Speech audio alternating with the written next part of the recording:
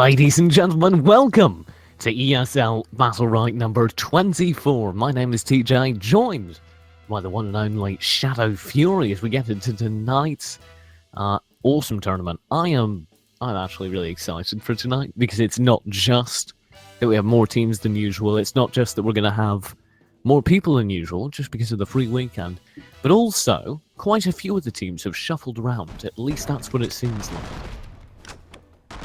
I mean, we have, as it is, Randler with Xanox and Uncle Paul, which, I mean, Xanox we've seen around a bit before, but Uncle Paul I'm actually not familiar with. Yeah, and, I mean, all of these players are good players. That's not even in question. Every single one of these players is absolutely one of the best players in Europe. Just to be able to compete at this level, all the players over on Quick Tap are a little bit less known, I think that's safe to say, and they are putting up a decent fight so far in this round, though. Well, starting out, I mean, they're not quite shutting down too much. They are staying alive. Unfortunately, Microchip having a bit of a hard time getting quite heavily pressured. Xanox not quite going for the kill, though. It looks like they're just generally more focused on keeping a strong health lead and keeping a strong position. But at this point, one good ultimate, even a good snipe right now, will kill off pretty much anybody on that team. Oh, there's the ultimate. Scarabs tearing through. Now the return will come through, but already that Croak grabs a double kill. Insane play by Xanox, grabs 1-2 kills. There's a 3-man Venom win, but it's not enough. And Xanox will confirm all 3 kills on the round in round 1 for the functional sociopaths. That was a strong start coming out from Xanox. Actually coming out with the entire functional sociopath team.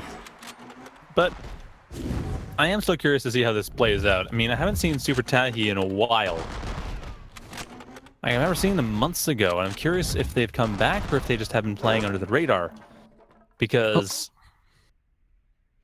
a lot of kind of the top level players took a break, played more casually for a while, and then have really found the bug again recently. And have really, found the urge to play at the top level again recently. And I've been seeing that and talking to a few people recently. So I have no doubt that we're going to see quite a lot of that over the upcoming ESLs and PRL tournaments. That's good to hear then, because we want to have as many people as possible playing these, so that's good. But at the same time, we are seeing a lot of people swarming Collab. Oh my god, Xanox! Combining with an excellent snipe coming in from Uncle Paul, and that range support is just too much to beat. Look at that chunk of burst damage. Instantly, the Croak on the receiving end of the snipe Croak combo. Super Tail just melts Randler. Will confirm the final bit of damage. Xanox picks up the Rook up top, and round 2 goes to functional sociopaths in an incredible fashion. Yeah, they're really showing the Telros composition works just fine. I mean, granted, I'm not surprised, given the last couple patches, but still. It still works really well. Frighteningly well. At this point, I'm thinking, I'm not sure what I'd really do if I was the other team. I mean, Super Tahi, he has a Croak they can mess around. Yeah. But, I mean, instead of a Jade, you have a Rook, right? And the Rook has the same stun potential. He has the ability to go ahead and set up these things, right? So theoretically, at least, I should think, Shadow, that they can match this kind of burst damage that a Jade Croak could do. You just have to be closer. Yeah, that's the thing. They have to be close. They have to put themselves more at risk. I mean, particularly, Microchip has to rush in for a lot of it, and that's extremely dangerous compared to what Uncle Paul has to do. And they've got Xanox here in the back line, so this is the opportunity to punish. You roll through, you get the stun, you get the chunk damage out of Microchip, and then you have the aid of Super Tail, and you just combo that burst, but it's not happening because the Rook can't find a consistent stun. You have Randler just providing excellent healing and mobility on his end, and he's single-handedly managed to break several of these setups, and oh my god. They just can't get anything going, and in the meantime, their healer, their Pestilus, he's gotten caught out overextended, and Xanox and Uncle Paul have no such issues setting up that burst damage combo. And looks like we're going to see another end as we have Microchip go down to the ultimate right after Super Tahi went down. This is kind of getting painful, I'm sure. No, I mean, it's starting to look dire. Functional sociopaths down 3 rounds in the blink of an eye, and Quick Tap are falling further and further away. One thing I'm thinking is I'm a little surprised we aren't seeing more like smacks, really. Microchips hasn't used a single smack yet, and I would really like to see them try to get some people into the walls, set up that way. Remember Copa Arena, the 3-man smack to snipe? I want to see another one of those. Granted, it's not a Rook and Jade team, but yeah, like smack to Venom Wind, that could still be good. Look at how good Uncle Paul is doing here, Shadow. Just the setups. He's just held Super Tail at range this whole time. Finally they break through. Finally they get a bit of a stun knock, but he's doing such a good job, and there's the ultimate. There's a kill guaranteed. 1-2 kills to his name. Uncle Paul dominating in this round. I mean, it's worth noting that the Croak matchup for Jade is kind of tough. It's gotten a bit easier than the last patches, but it's still a really tough matchup. I still say Croak is an easier time, and Uncle Paul is making it look like it's the other way around. That's the impressive part for me. I mean, what I was going to tell you before he went absolutely insane is he was doing an excellent job that round. He was standing in the center, just landing snipes, landing snapshots, landing disabling shots, making sure that nobody could quite close the distance onto the core of his team. That was working very, very well for them, just kind of disrupting the initial attack. And you can see that because Super Tail, quite possibly the biggest threat over on the Quick Tap side, had no HP before he closed distance.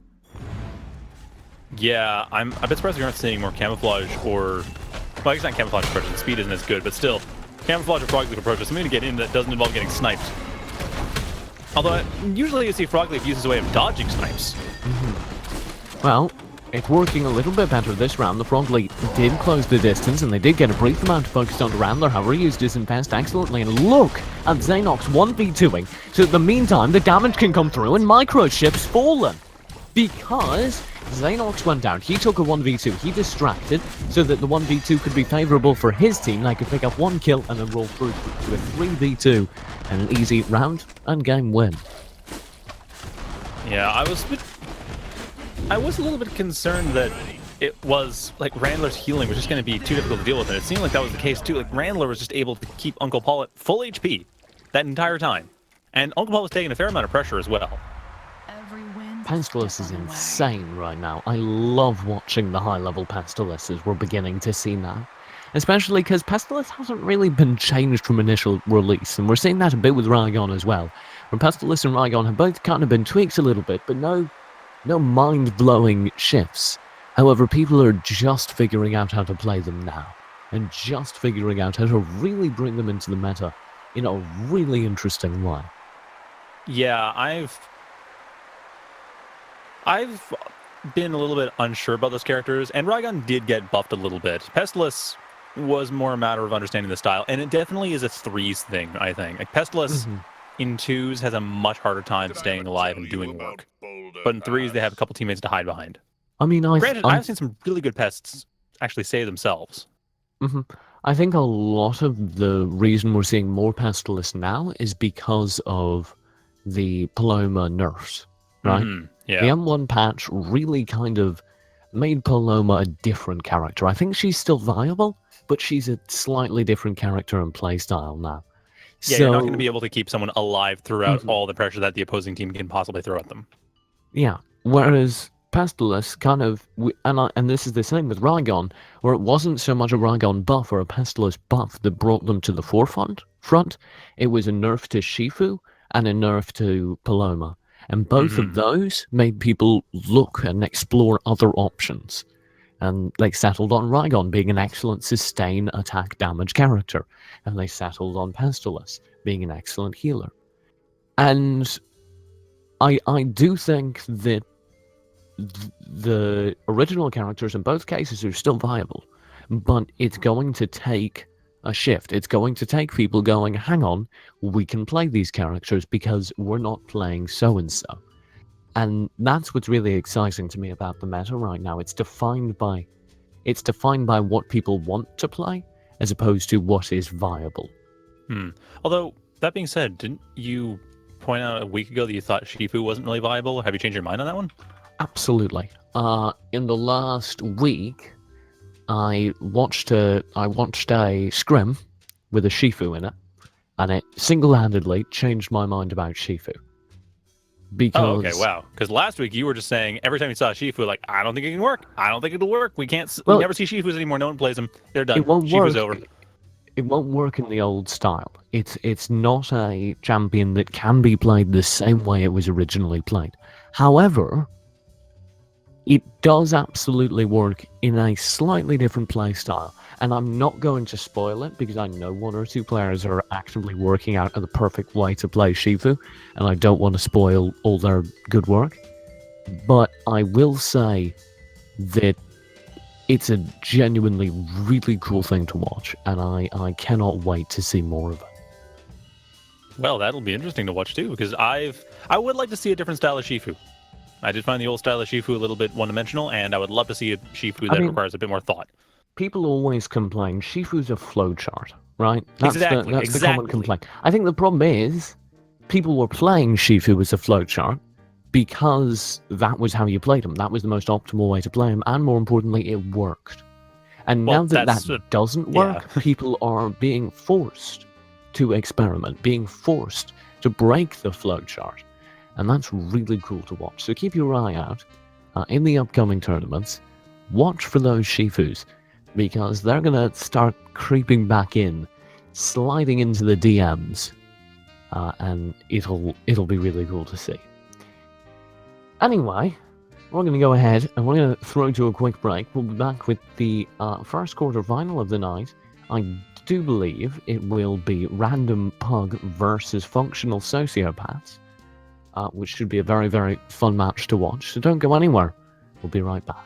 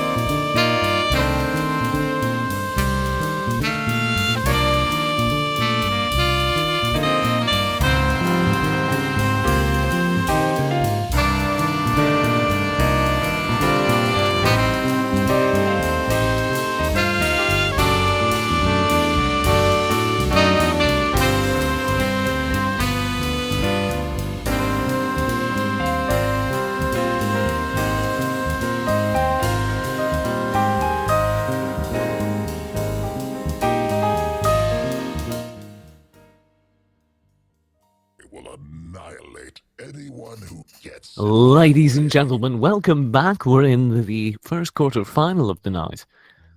Random Pug versus Functional Sociopaths. It should be a great one because these two teams are both kind of, at least in my head, Shadow, around the same sort of level, right? Certainly the same sort of composition, but yeah, this is basically watching the same thing for two different sides. This is effectively a mirror match. The only difference being Milk playing or being older with Randler on Pestilus. And of course the players themselves. Yeah. Well, either way, my name is TJ, joined by Shadow Fury, and we'll be broadcasting this match. So let's talk about these two Jades, because these are two of the most impressive Jades in EU BattleRight, easily. Yeah, we saw last time Uncle Paul was just going ham with the snipes and snapshots and getting everything, hitting absolutely everything right.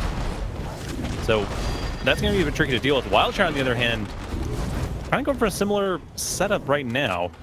Both players seem to be playing it roughly the same way. Just go for the snipes, get what they can off of a few revolver shots and a few disabling shots. But overall, not a huge amount of stylistic differences are being shown yet. Yeah, both Jades, like you say, kind of fulfilling almost exactly a mirror match right now. Both teams' Jades actually playing in a combo, trying to chase down the healer for a while. Now they break up and there's actually a stun lock coming through onto Wildshire. He will be able to build the distance, get very aggro onto Randler. He's down to about half his HP. The opposing healer, Milk, though, is back the same situation. That's Random Pug's healer. And on the run, Wildshire will be able to help him. There's yet another snipe combo. Vodacast playing excellently off of that opening. Yeah, Book has... Oh, they might have to deal with a couple ultimates coming in, though. And Randler... Oh, Randler is pretty much ready to Scarab as soon as they want to. I'm not sure if they're going to use that, but they've got all the meter for it. He's ready, and there's the explosive shots going through. Venom Wind will land, but the explosive shots shut down any damage that could come through. And now Wildshire and Milk, you talked about the explosive shots on, the Scarab on Randler.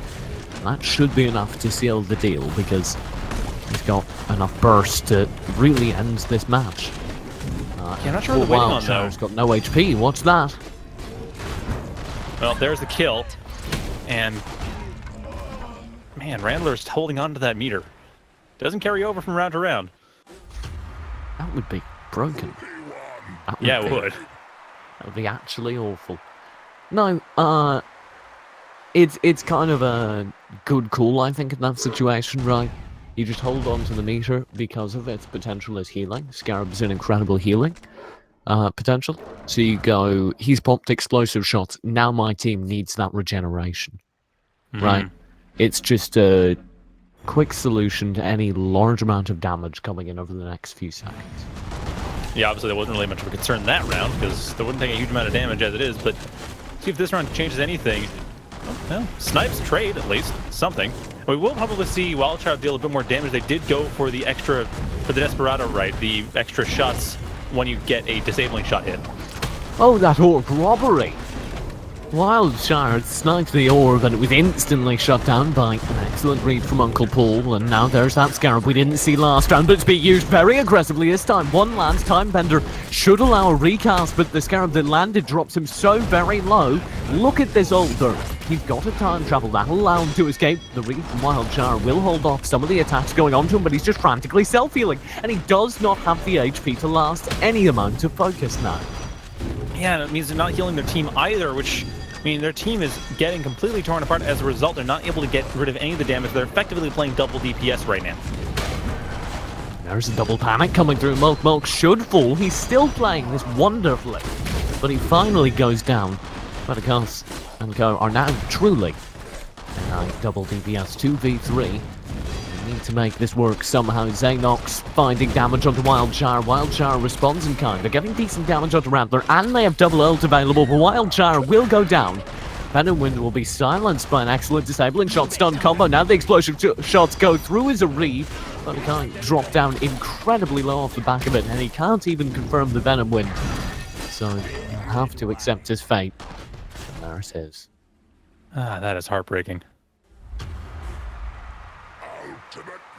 That Scarab, like Randler, my god, was that aggressive. Yeah, Did you catch how opening Scarab with the infested? You mean at the very end or near the beginning? At the very beginning, he popped Scarab, and then he used the Infest to just kind of slide in at a side angle to the team fight. It was like Jade positioning or something. That is some impressive strategy coming out from Randler here. Well, I honestly haven't really seen Randler play much Pestilence either, so I'm quite impressed by how they play now. I mean, we haven't seen much Randler recently, so True. I'm happy to be once again shoutcasting him in an ESL tournament. He's not having too good a time this round. He gets chased down, but doesn't take permanent damage yet. He'll use the Swarm. He's not able to get those HP nuggets though, so he is under threat here. Particularly as his teammates are in caps and such. This could get bad for him. Yeah, at this point, we once again see Molotov in a bit of a bad spot in terms of HP, and I think a shifting stance there. Okay, time travel, that works too. Not able to get rid of Xanox, but at least able to put them out of position. I don't see that helping out, though, because Xanox wants to be kind of in the back lines. And there's the Scarab again. We might see the same problem as before, but looks like a bit more damage splitting this time. So some saving grace coming in for Molotov. Yeah, Molotov actually recasted it right onto one of his teammates. That was Xanox who ate the recasted Scarab, and didn't do too good for him. And now is the orb snapped by Wildchar, and that's actually an incredible call, particularly if they get the focus onto Uncle Paul and force him to back off for a few moments. It could be good, but they haven't done that at all, and Uncle Paul's maintaining the aggression. He's still here in the front lines. He's still functioning as a distraction, and he's still pumping out damage, and this allows the rest of the team to loop through. Xanox will take some damage on the attempted aggression, and actually, Random Punk are doing an excellent job of holding the back lines here. They're holding it, but the question is whether or not they can actually turn that momentum into some damage, because they're still having a hard time with a health disadvantage, and they're basically one good combo away from losing any of their team members. Like, as soon as a DC Urine Cap hits them, they could possibly die. It's just been a matter of revenge deceits, revenge camouflages, revenge snipes that have been stopping Molotov from getting killed. Scarab coming through. One more Scarab available. There's the explosive shots. That'll be cancelled out before too much damage can be done. Uncle Paul still landing the silences though and causing problems, and they need to punish this Croak in the backlines. Health the deceit could be fatal. Milk reads excellently though, and now he has time travel. That'll save the day. If there's any fatal damage coming through, he will be able to time travel, airlift his teammate out, but that could be huge, and he does do exactly that. There's the time travel forced on. It's the backline. Xanox has to be swarmed out of it, and now that burns, some serious focus could come through, but they can't quite do it in time, and Bodikos has to run because he's got no HP. Wildchar is driven out of the map. He can't provide the support. One kill's guaranteed. Mulk shield, but should follow. If the smoke veil shield fades, he goes down to a Scarab, and there are both kills guaranteed in the third round to Functional Sociopath. Well, that was a closer round at least. Functional Sociopaths isn't quite having as commanding of leads before, but still pretty commanding in that lead. I'm not sure what's going to happen with that. I did notice Wildchar a couple times was trying to use the junk shot smack into a wall, because they do have that right now. They can stun with junk shot, which Uncle Paul doesn't. Uncle Paul actually, instead going for a lot of self-sustain, he's trying to help Randler when it comes to healing. That's kind of interesting. Why do you think they're doing that? I'm actually not sure. Randler's been doing fine with the healing, so I mean, the main reason to do that when you have a support is to take the pressure off of them, so they don't have to worry about healing you as much if you're going into the back lines, or they're have to focusing on the other player, and you're just trying to make sure that they don't have to focus on helping out you. But that doesn't seem likely. Randler's doing fine with that. Well, I mean, it's working, but it's odd, certainly. Multiple getting very aggressive with the stone glass there, and watch that, because Bodikos should be able to capitalize on it, but he's actually shot down by Randler. Yet again, you see the power of Randler, just as kind of a support DPS champion there.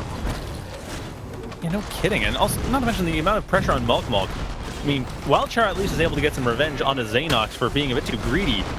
But even then, Bokesh is not able to actually hit any damage. Fortunately for them, not able to get the camouflages, because if they had that, that would be really powerful. There we go, getting the camouflage finally, but a double ultimate's going to get them. Yeah, explosive shots rings out. Wildchar dodges the second half, but he goes right into his Scarab, but he's not too pleased by that at all. It will be significant damage landing. The Venom Wind also from Bodikos misses absolutely everything. He tries to save his teammate, but misses the stun. Xanox confirms the kill, and Wildchar's got no HP. The stealth shield will fade, and I hope that's not a disconnect issue, as he has stopped moving. No, it looks like they're just giving up at this point. Well, you know, sometimes that's how it is, and when you're down like that, you need the Independence Day guy to give you a speech, right? I haven't seen the movie, actually. I think Really? you're talking about the president. Well, I mean, he's not the real president. Spoiler alert. Okay. The real president at the time was George Bush. Oh, that's... No, it was Clinton. Really? Oh, wait, was it that old? Was it the first George Bush? Really? I don't know. I didn't realize the movie was set in the early 90s. Okay. Or late 80s. No, I genuinely don't know. I don't know. That's an interesting question. We'll have to do some research on that. Drop back and Yeah, I thought it was get on that contemporary. later. Clinton wasn't opposite the time. Now, well, interesting. That will be the smoke veil coming through and Wildcharm providing a little bit of shielding, maybe what they've been missing, because it does allow a double stun to come through from Bodicals potentially. The backline disruption will allow a little bit more aggressive play to come through from Wildcharm, but the Venomwood comes through and there is no escape, which means the damage will be eaten by Milk. He's not too happy as he's dropped down to about half his HP. That's not a nice start, particularly as Bodicals is in the same boat. Yeah, because having almost no chance of getting out of this alive if they get hit by anything else. And the camouflage coming in to get rid of Mulk as well. I mean, that Xanox camouflage has been tearing everything apart. There isn't much that can be done about it the way they've been playing it. And Broadcast, unfortunately, missing everything as well when they're trying to throw their camouflages in. Yeah, I mean, I'm not gonna lie, I expected that to be much closer than it was. That was a shockingly strong performance there from Functional Sociopaths. Yeah. I don't know. I'm curious how much Broadcast has played since the speed change. Like the stealth speed change from like last week. Yeah, I did notice a few times there, it seemed like he kind of went for a kill, went for some damage that he obviously wasn't going to get. So that's kind of interesting. Yeah, because for those of you not aware, the speed bonus on stealth was massively nerfed. So characters can't move as quickly as they could when they get into stealth, and that nerfs Croak quite a bit. Not to the point that they're useless, obviously, but still, you have to be careful about your setups. You can't just deceit, walk halfway across the map, smack somebody, walk halfway across the map again, hit them with a camouflage stun, and get away with it. Well, it was an interesting one, to say the least. We're going to go ahead, and I believe, possibly, maybe, I'll be able to watch another quarter-final. I think we might be able to get into Triple Melee versus Bruce Lee. Ooh. However, I cannot promise that. Oh. And if it's not the case, then we will continue with our half of the bracket, continue with the semi-final, and get into Random Pug versus the winner of Triple Melee versus Bruce Lee. You mean which Functional should be... Sociopath? Yes, sorry. Functional Sociopath. Random Pug was 5-0'd. Yeah, no, so you see they lost, but fun thing, we changed the result, and Random Pug won. Oh, okay. So we're cheating now? Yeah, it's because of Independence Day. The president came in, he said, you know I look like Clinton, but I'm really George Bush, and I'm here to tell you why Random Pug should win. And I was like, that's a good argument, George Clinton. Except they don't have the points. It was Bill Clinton. Thank you, Dropback. I told you. 1996. Yes, it was Man, like that's an old halfway movie. inside his... I didn't Yeah. realize. I thought it was It's a 95, but really yeah, old it's halfway movie. inside his term. Or terms. That's a really old movie. I didn't realize that. It's almost old enough they can remake it with an all-female cast. I don't think they would, though, just because I don't think they remake it at all. I mean, I would have said that about Ghostbusters, but hey. Well, we're gonna... Yeah, no, Dropberry, you're completely right. They originally said that the new Ghostbusters was a remake, and then after the internet was angry because some people were sexist and some people didn't want the best movie ever to be remade, they said, oh no, it's not a remake, it's just a different movie with the same plotline. So yeah, no, it was an odd thing. It was a, Well, we're gonna go ahead and take a quick break. We will be back. I do believe we actually have the results in from the other quarter-final.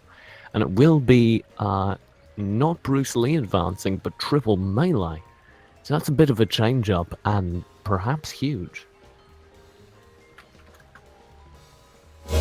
Yeah,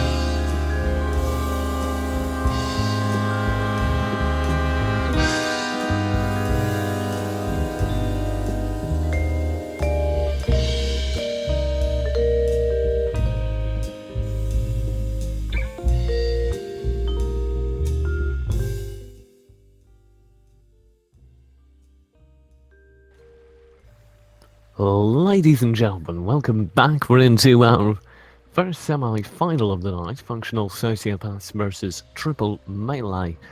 Shadow, this is like... I know we've had 2 5-0s, and both of them I thought were going to be close, and then they weren't. But this has got to be a close match. Yeah, if you look at the compositions, not the compositions, but the players coming through here. I mean, 2-1-3 BO4 and Jolts all on one team. That's a dream team. That's like... Yeah. I looked at that team when we were looking at the teams, and I instantly just knew that team was going to do great. And it's worth noting, we watched 2 5-0s, and they kept pace. They were ready. So they must have 5-0'd or 5-1 both their opponents as well. Yeah, and especially since, I mean, Bruce Lee is actually one of their opponents. And we've seen Bruce Lee before. Like, Bruce Lee can make quarters, if not, I think he made finals one time. They can make semis, for sure. Bruce Lee regularly is in the finals, yeah. So that's quite the push. Although, admittedly, I should point out that Bruce Lee is apparently now running Iska, who was with Jolts and Nye on Intolerant. The EU shuffle, boys. Yeah, so Jolts and Nye were... Like, it was Jolts, Iska, and Nye. Now, Jolts is here on this new team, Triple Melee, and Bruce Lee now is Iska. I don't know where Nye is at the moment. 2-1-3 used to be part of Broken Compsari, but now they're not, and they're no longer with Randler either. And BO4, I mean, they were kind of in a few different teams, so I didn't really associate them with the team as much. I mean, BO4 has always been an incredible melee player. That's what's fascinating to me. I don't know what comp they're running, but here's what's interesting. Joltsy is infamous for Esmo. 2-1-3 has been an okay... has long been an okay at several characters, Rukon among them. BO4's long been an incredible melee player, Rukon, Freya, you name it. So what's Joltsy running that's not Esmo, if their name's true? And do we see a healer? Do we see the Sirius coming out? I could see a Sirius coming out from 2-1-3, I think. I mean, yeah, with Jolts, I'm not sure what they would go for. I wouldn't be surprised if they went for Rygon, just because Rygon's the hot thing right now. But, yeah, and considering Esmo's style, maybe Shifu.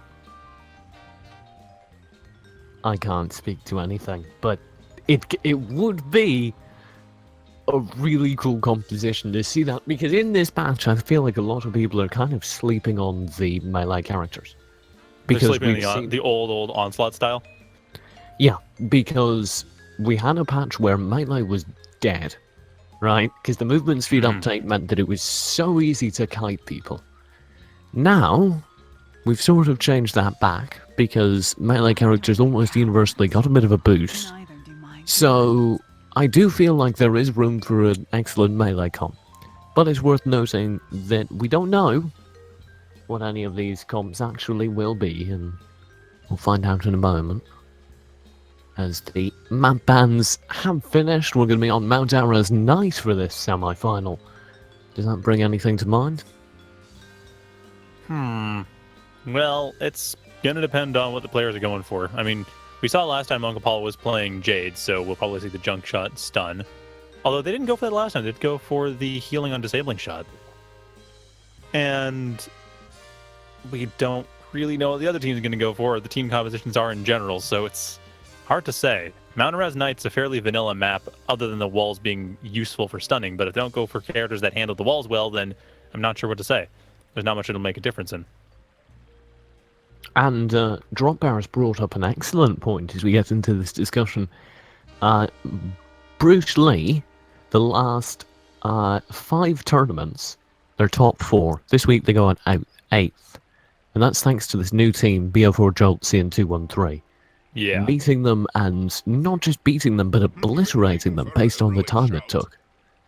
And looking at the compositions, surprisingly enough, we're going to get both a mirror match and completely different choices for everybody. Like, Joltsy, what is going on? Joltsy even remarking on it with a loud wow in the chat. What on earth is this? This is not at all what we predicted on anyone. Not only that, Uncle Paul switched off to Esmo with Xanox going to Jade. Like, Okay, so they have 2 Jade players in the team? I guess they were just switching back and forth. They draw straws, rock, paper, Xenox scissors, do is- something. I don't think I've ever seen Xenox play Jade. I don't know No, if I've seen 2 and 3 play Jade either, and BO4 on Paloma. I've seen that. He's a decent Paloma. Okay, fair enough, but I Joel- still would rather if they play Freya. I'm a little bit unsure about why they've decided to mirror match into Joltzy's Esmo, though that seems like a death trap. Having said that, though, it's working out alright so far. Uncle Paul with an early engagement winning it so far. Other side from BO4 will break it up. There's a decent amount of trading going through. Xenox mostly unharmed, goes very aggressive to try and secure the orb. However, is eaten up by an excellent target barrier of Joltsy. He's instantly right back there for the damage as the explosive shots rain out very early. Double ultimate Gribor could be lethal, but in best will dodge the damage, and Uncle Paul is the victim. Just one snipe, and that's all. Joltsy, in the meantime, isn't doing nearly so well. He's going to be able to live for now, but him and Randler are both so low. That's true, but the point is clearly to get rid of Randler. Randler's healing has already been extremely strong. It's been a thorn in their side, and it's a thorn in the previous team side as well. But it might be the death trap they're falling into. Xenox shuts down the first kill with an excellent explosive shots combo. Joltsy will fall next inside the defensive Ancestral Spirit, and that should be the kill onto BO4. I said, why are you playing Esmo into Joltsy? Uncle Paul said, this is why. No kidding. I mean, That was... wow. Jolts was playing like Jolts, but yeah, the hyper-aggressive play just didn't work out. They got caught in traps. They were trying to go for Randler, which kind of makes sense. Randler is terrifying to deal with as a healer. It's just, it didn't work. I'm curious what we're going to see. I imagine we're not going to see quite as aggressive play from Jolts, probably a bit more center control focus. I mean, the thing about Mataraz Knight is that you often do see teams either in the southwest or northeast corners just hanging out there trying to get center control from the outside. And they're probably going to try to force back the teams, and it might happen. If it does happen, it probably won't be enough to completely take center control, but at this point, the northeast looks like it's the corner that's going to be focused on. And watch Joltsy here, Shadow, because Xenox and Uncle Paul are both diving him. They've both decided, you know what we need to do? We need to shut down Joltsy, and I think this is a good call.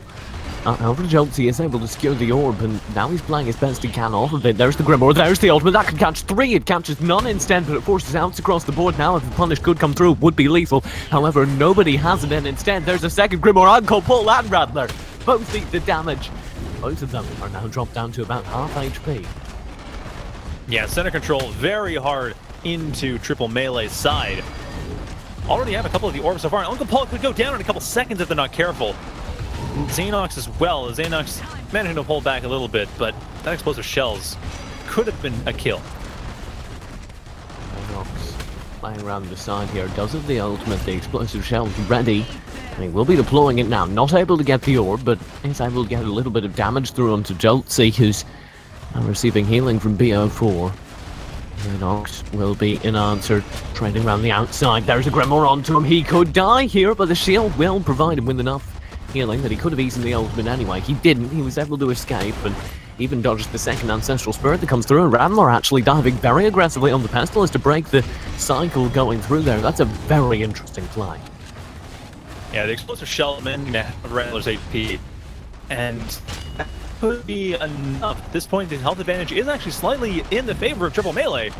They just need to get good focus on one player for a couple seconds to kill them off. But the same thing does go for the functional sociopaths.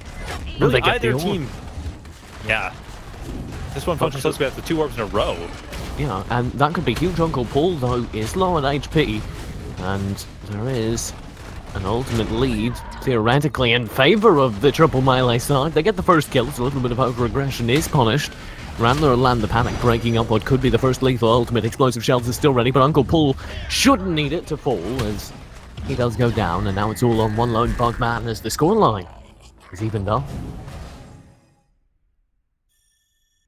That felt pretty dominating, though. I mean, it was a short period where I wasn't sure whether or not triple melee would be able to get through it, but after that period passed, I didn't see triple melee losing. And I wouldn't be surprised if the momentum has shifted in favor of triple melee. Yeah, I mean, that did just come down to Joltsy perhaps recognizing that he was getting focused and not going nearly as aggressive. We saw a lot of passive play at the beginning of that round. Yeah, they were being very careful. We saw a few times where they had ultimate, both them and 213, when they had ultimate and went in for it. But when that didn't happen, when they didn't have the resources to deal a huge amount of damage or possibly get a kill, they didn't go for it. But now they're just trying to take out the periphery. Oh my god, that focus onto Xenox, please! Yeah, Xenox slight out of position, slightly ahead of their team, and getting punished for it by getting down to half HP as a result. That's what I mean. They're going for the periphery. They're going for whatever player is just a little bit further in front, just a little bit in their range, and going ham. But not in a way that sacrifices their own lives. Jolty has ultimate now. He'll try and catch two players inside of it, and he drops Randler so very low. The ultimate throw across the map from 213 will seal the kill. He actually eats a Grimoire in return, though. He could go down here if Xenox and Uncle Paul can find the trade frag onto BO4 or him. It could be lethal, but not in time, and Uncle Paul's the last alive for a 1v3. He'll be stunned against the wall and theoretically shut down. Yeah, that's the thing to point out. The stunning against the wall, that's something like expected Jades could go for. We didn't see Xenox go for it last time. It could have been because of the map. Skyring Knight's a little bit tricky to get that on. It's still useful. It's just a bit harder to aim it. Mount Raz Knight, though, that's a map you want to go for that right. And actually, both 213 and Xenox going for the same rights as well. Look at the damage. 3 players that round had 450 plus damage. Yeah, but two of them on triple melee though. Yeah, obviously the team that won did more damage. Uncle Paul in there with, you know, honorary mention at 466 damage. But that's absurd. You don't normally see that. Normally the losing team gets about 300 damage. One player on the winning team gets 500 or so, and then everyone else on the winning team is 300, 400 damage. But that's an absurd just amount of damage being dealt by everyone in Joltsy. He might be receiving most of that absurd damage as he makes a little bit of an over-aggressive move there. Yeah, I think they might have figured, oh, maybe we actually have a chance. We can actually just go ham. It'll work. The other team's going to be too scared, but no, that's not happening. And Jolt's realizing that, goes back. They are going to be playing a little bit safer, but at this point, it's almost perfect HP still coming out from functional sociopaths. He's fed into Uncle Paul, and Uncle Paul has the ultimate as a result. He'll throw out that Grimoire. He might get 2 here instead. He only gets 1, but it's huge difference on that one. That's 213 on the receiving end of all of it. And he's not going to be too pleased. He does have his own ultimate now, and he'll be trying to line it up for a snipe onto Uncle Paul, but he can't do it in time. And 213 will be instead able to keep his... Oh no! 213 will be able to keep his life, but instantly after the kill comes through, and there's his teammate Chelsea shut down. His explosive shots have absolutely no effect. Orb will be secured by Uncle Paul, and we're back even. Yeah, 213 getting crowd killer is going to be extremely difficult. They've already used up 1 wall stun. They used up the junk shot. There's no easy way for them to lock down players right now. They have nothing. They've got nothing. It's all done. Scoreline's evened up again. And I do apologise. On your end, Shadow, is my mic perhaps a little bit special? No, yeah, it's drop air. You sound fine to me. Okay. Alright.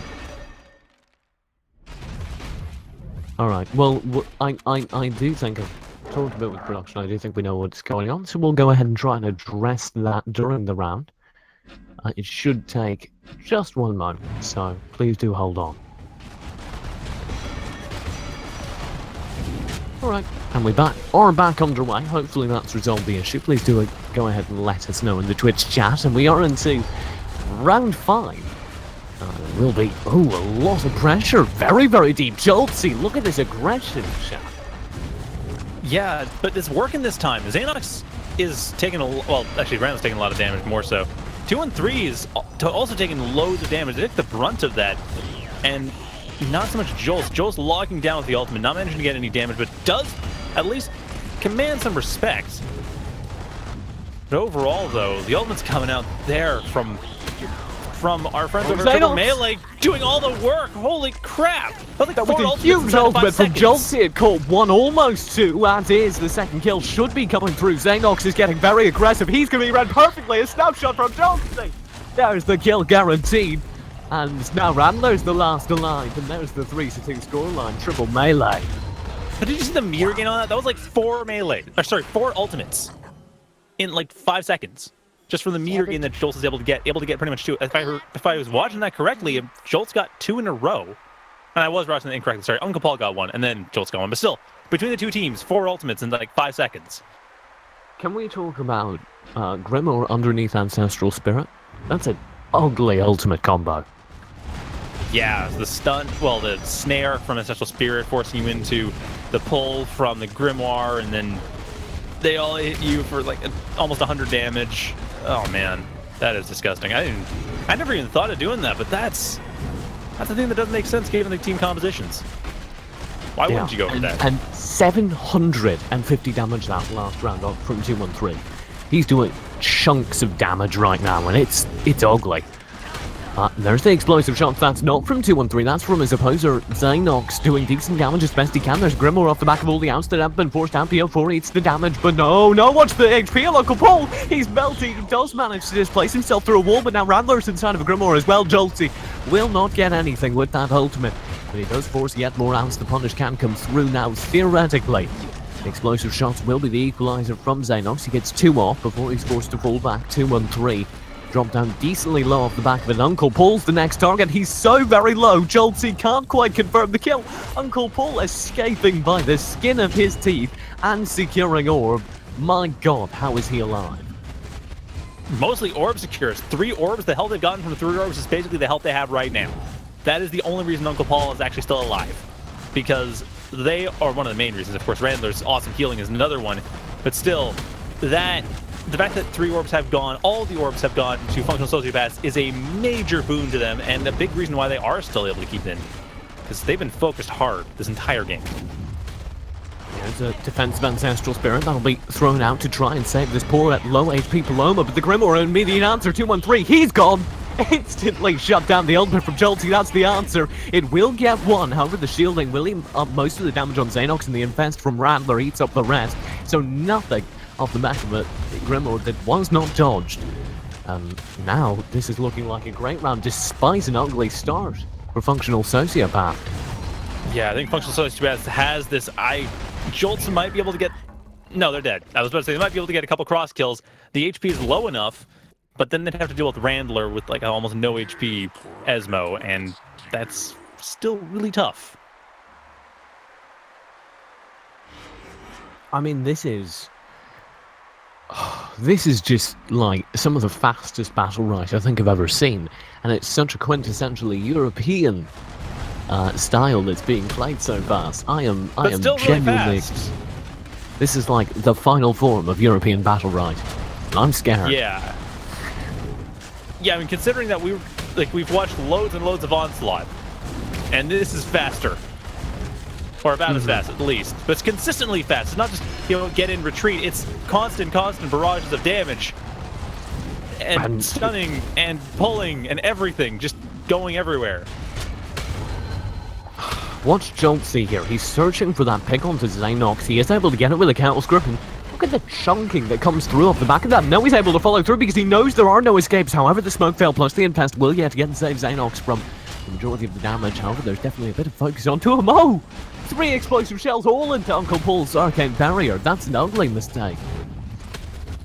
Yeah, it's a bit of a waste of meter, but thankfully after the first one they didn't get any extra shots from it, so Uncle Paul didn't get a huge amount of damage, but still, losing the damage from explosive shells is still a pain.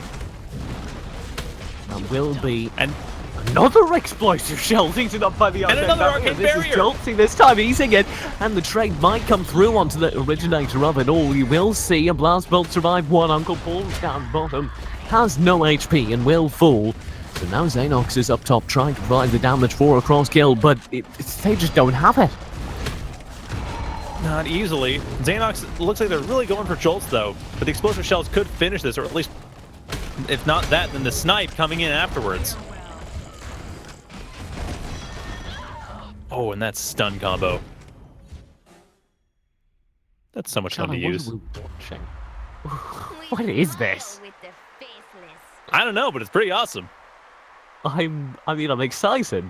Don't get me wrong, but I didn't realize I signed up to cast some Team Fortress 2 today. I know, right?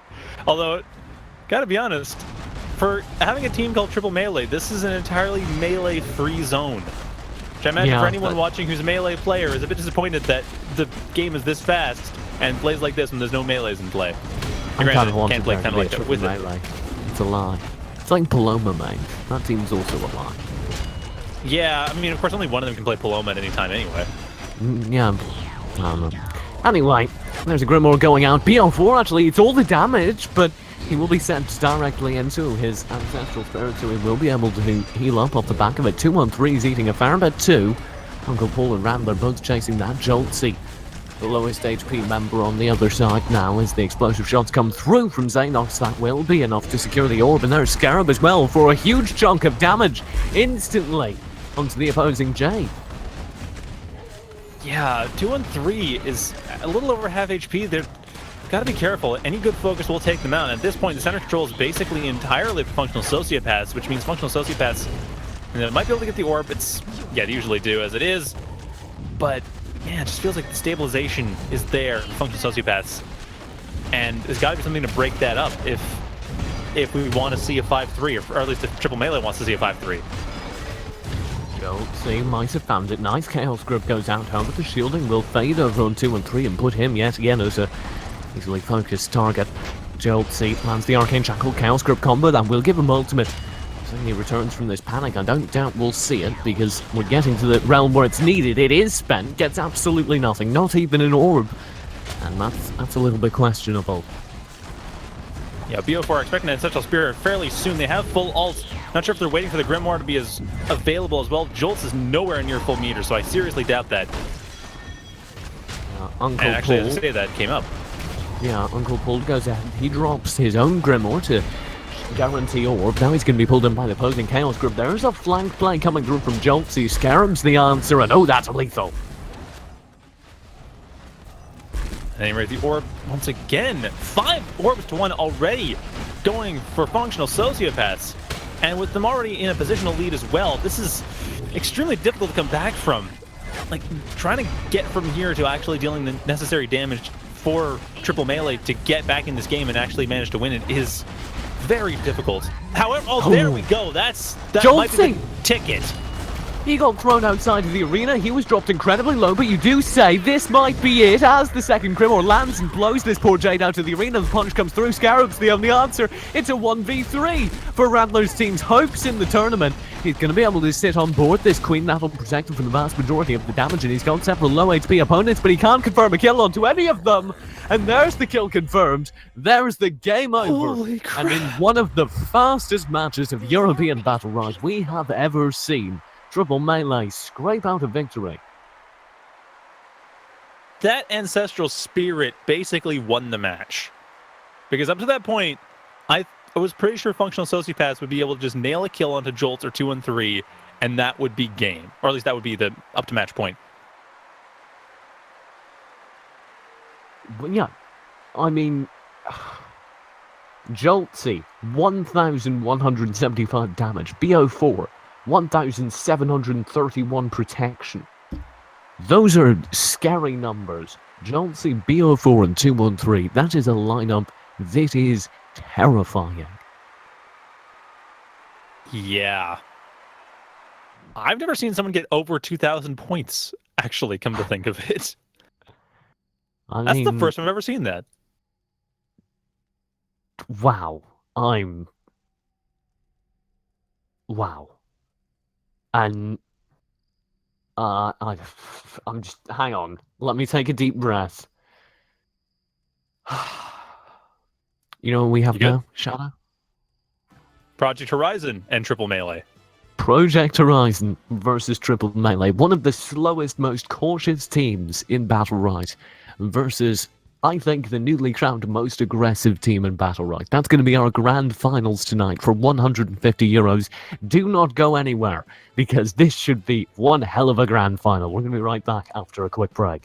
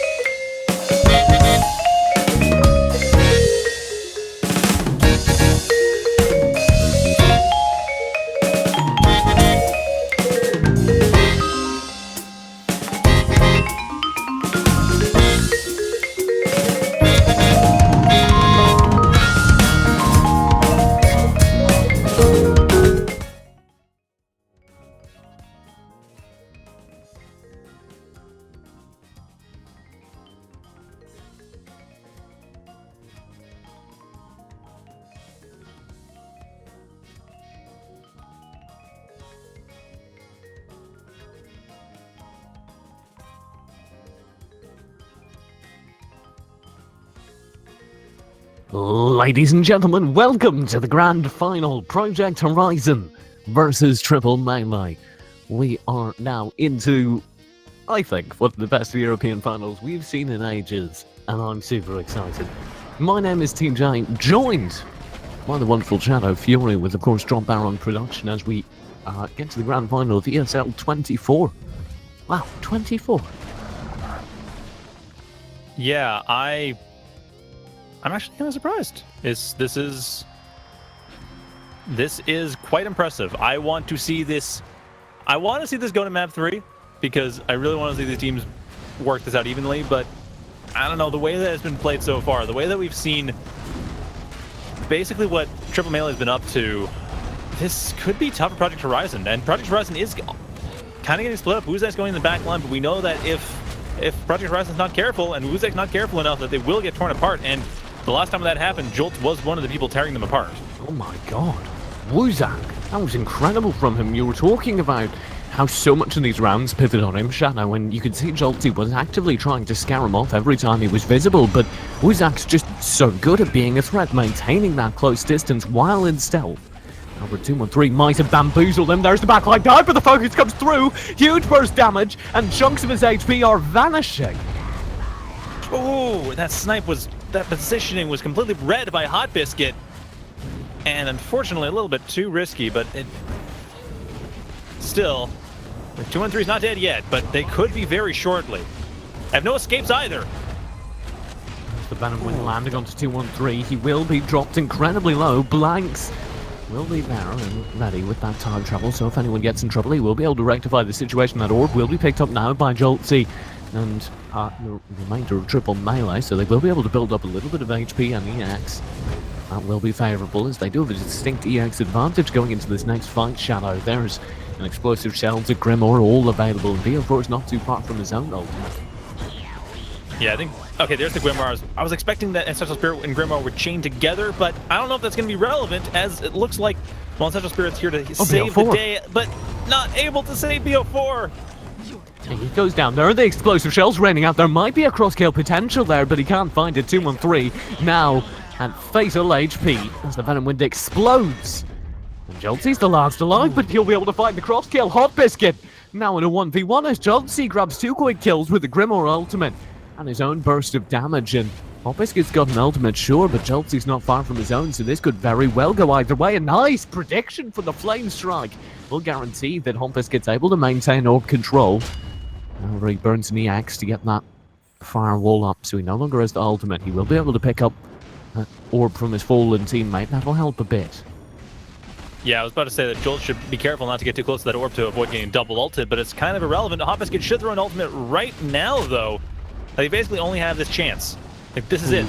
The arena will be too small. Jolty outplayed him so well. He grabbed the green's bottom, then he stole the orb, and that combination means there's no HP on Hot Biscuit. There's no way for him to get HP. That was masterful. Yeah, that was amazing. I think Hot Biscuit was going for the Pure Fire to try to go for the orb to get back the energy for the ultimate. And the fact that Jolt stole the orb meant Hot Biscuit could not chain into an ultimate from that Pure Fire. So, Hot Biscuit wanted the greens in the bottom left-hand corner. There's little HP nuggets that heal up a decent amount of your HP. And he went for them, and Jolty stole them. So then, Hot Biscuit goes ahead and pops his Pure Fire. That gives him lifesteal at the cost of 2 EX. And his theory is you get 2 EX from maintaining the orb. So he's going to use the Pure Fire and lifesteal to build his HP and secure orb. Problem is, he then loses orb. So now he's got no HP and no EX, and Jolty, in the course of stealing an orb and some greens, has single-handedly won the match. Yeah, at this point, Project Horizon seems to be still playing about the same as they were before. They're not too scared off by the way that round went. I mean, that was a rather close round. A lot of it came down to just really careful tactical play at the very end, especially Jolt's pulling the Grimoire to kill off Wuzak, to finish that out, to get the cross kill, and actually give a chance to kill Hot Biscuit. Oh, Hot Biscuit. But at this point, Hot Biscuit, speaking of them, holy crap, they're getting heavily damaged. Oh my god, 2 and 3! Blanks? He responds with excellent explosive shots, and secures 1 kill already. Hot Biscuit, maybe he might have been the lowest HP member. He will be able to survive that Grimoire, but Jolty's right on his case. He's being driven further and further into the opposition. Spawny's pulled in by a Chaos Grip and shut down. Oh my god, Triple Melee, they are here to play. This is what I'm talking about, though. Like, I wasn't sure if this would actually be an even match. And this is Project Horizon! How do you just body... This is 2 rounds, so we haven't seen them bodied yet. But it's like, Project Horizon isn't a team that just goes down. Like, they don't just let you win. So, I really want to see what the adaptations are coming out of Project Horizon, like what they do to get out of this. Because a lot of that was Hoppiskate getting focused. And we actually saw, I think last week, actually, or no, PRL, that Hoppiskate getting focused is also a bit of a weakness. Mm-hmm. It's less often exploited, but it's still a thing you can use.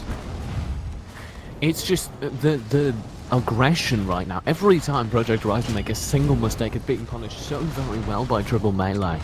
And I do not see how you fix that, because Woozak needs to take risks, right? You need to see just a little bit of poke, a little bit of prod, and... Yeah, I mean, with a Croak, you absolutely have to be able to get in there and deal the damage. And Woozak, we've seen them do that. It's just that Project Horizon... He's startled. He's normally, scared. Yeah, so normally they are going in really hard. Both Woozak and Hoppiskate are going in really hard to get that damage. And it's like every time they try to do that, this is exactly what's happening. The damage is being dealt back, and the health advantage just got turned around right away thanks to a couple well-placed snipes.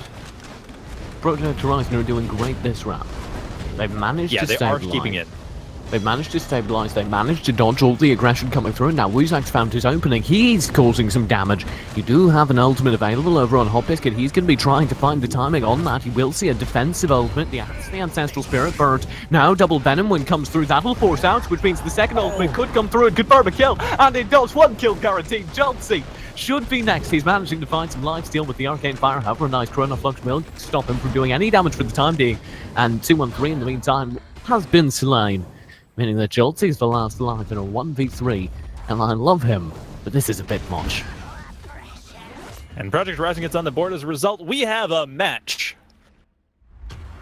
We're not going to get a shutout here. I mean, that was the adaptation that kept Project Horizon on top of the EU scene for so long. They figured out what they needed to do. They let the aggression come through, and then they got Triple Melee kind of bunched up in the top left-hand corner of the arena, and were able to punish that with a Venom Wind, with a whole bunch of Flame Strike, just the AoE attacks necessary to shut down that aggression. It was also really nice play from Woozak, just staying a little bit out of range of the Spirit Rift that was coming out at them, that was supposed to stop them.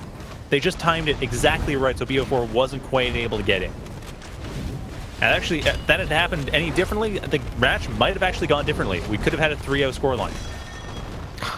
Excellent read onto Woozak, shuts down his aggression. That'll mean the first orb goes to Triple Melee. That's not too good a start here for Project Horizon, as Woozak's continually just not having a great day in the office here. Woozak's actually doing alright. Hoppiskate, I think, is more the problem. Woozak, like, one good focus will take them out, and they are in a risky position. But at this point, it's really Hoppiskate and Blanks that are taking the majority of the damage. Woozak's just a slight distraction, but they're still at full HP. Hoppiskate gets 2 with that ultimate. The Venom Wind follow-up will get significant damage onto BO4. There will be an explosive shells from 213 as well, but he gets nothing with it. And Woozak's right there in the back lines again, and I called him out early on. I said he's not having a great day in the office. That's not true. He's causing disruption, he's causing problems. But he is so risky, because all it takes is one good combo and he's dead. But now Hoppiskate's here. He's laying in the ranged disruption. He's laying in the flame strikes, he's laying in the firestorms, making sure that there can't be too much focus at any given point, and that's working out excellently now, because you do see significant damage finally coming out. Yeah, Woozak, actually nice read on where the junk shot would be, avoiding that completely, so Woozak able to still stay in the back line, still stay sticky, and not much can stop them except for Woozak! Oh no, Woozak! That's all it takes.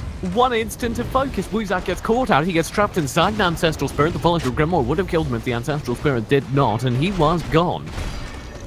And now Hoppiskate falling, and Blank's going to fall soon afterwards, and yet another bit of melt play. Yeah, oh, nice! Soul transfer to avoid the time travel. Wow. At the very end. Cheeky BO4. I love it. 3-0 for Triple Melee.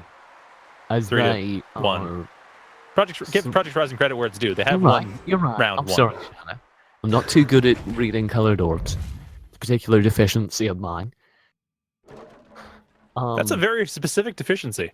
Yeah, no, it's like color blindness, but only for round circles at the top of video game screens. So if they were squares, you'd be fine. Yes. Or triangles. Yes. I'm actually talking to the UI designers over at Sunlock to try and solve the problem. I was about to ask, have you talked to Stunlock about this? Or just say, hey, Stunlock, you might want to get on this. Apparently, this is a very rare deficiency that only TJ has. Yeah. Well, back into this. And it will be the first door going the way. Oh, actually, stolen by Project Horizon. Stolen. Wow. Nice steal. I think it was Hoppusket stealing that. Yeah, no, nicely done. That was excellent. Wuzak's getting chunked down though. Yeah, they're getting pretty melted, and the Ancestral Spirit does stop them from doing much with the camouflage. It doesn't really hurt them too much, but it does remove some of their aggression options that they were going for. There will be a lot of stun landing onto Wuzak. He's going to be pulled in immediately after. Joltsy landed Chaos Grip after Chaos Grip. Wuzak has ultimate. Hoppus has ultimate. This combo will be lethal unless it's countered like that. Explosive Shells comes through after the Infernal Scorch. However, the Venom with combo drops BO4. He's got no HP. He had so much life, and now he's forced to use the other side just to survive the ranged snipes coming through from this older. Drop him so insanely low, but they can't quite confirm the kill just yet. He's literal inches away from death. Yes, 20 HP, slowly climbing up, but still it's within one combo. Like, getting snunned out once will still kill them. That being said, though, that holds true to some extent for Wuzak and Blanks as well. And Wuzak, I don't see that happening, but Blanks, I could see them getting stun locked very quickly if they're not careful. So his ultimate could confirm the kill, and indeed it does. BO4 goes down to the Infernal Scourge. Camouflage from Wuzak will be looking for a double stun. He's not quite able to find it, and after that, Grimoire could be lethal. Everyone's able to dodge it. No, Joltsy gets nothing.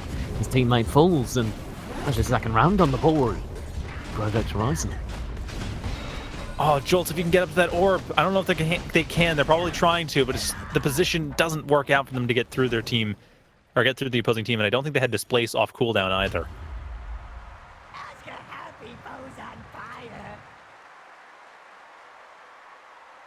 I'm gonna take a deep breath. And I'd like to, so many cool things happened that round.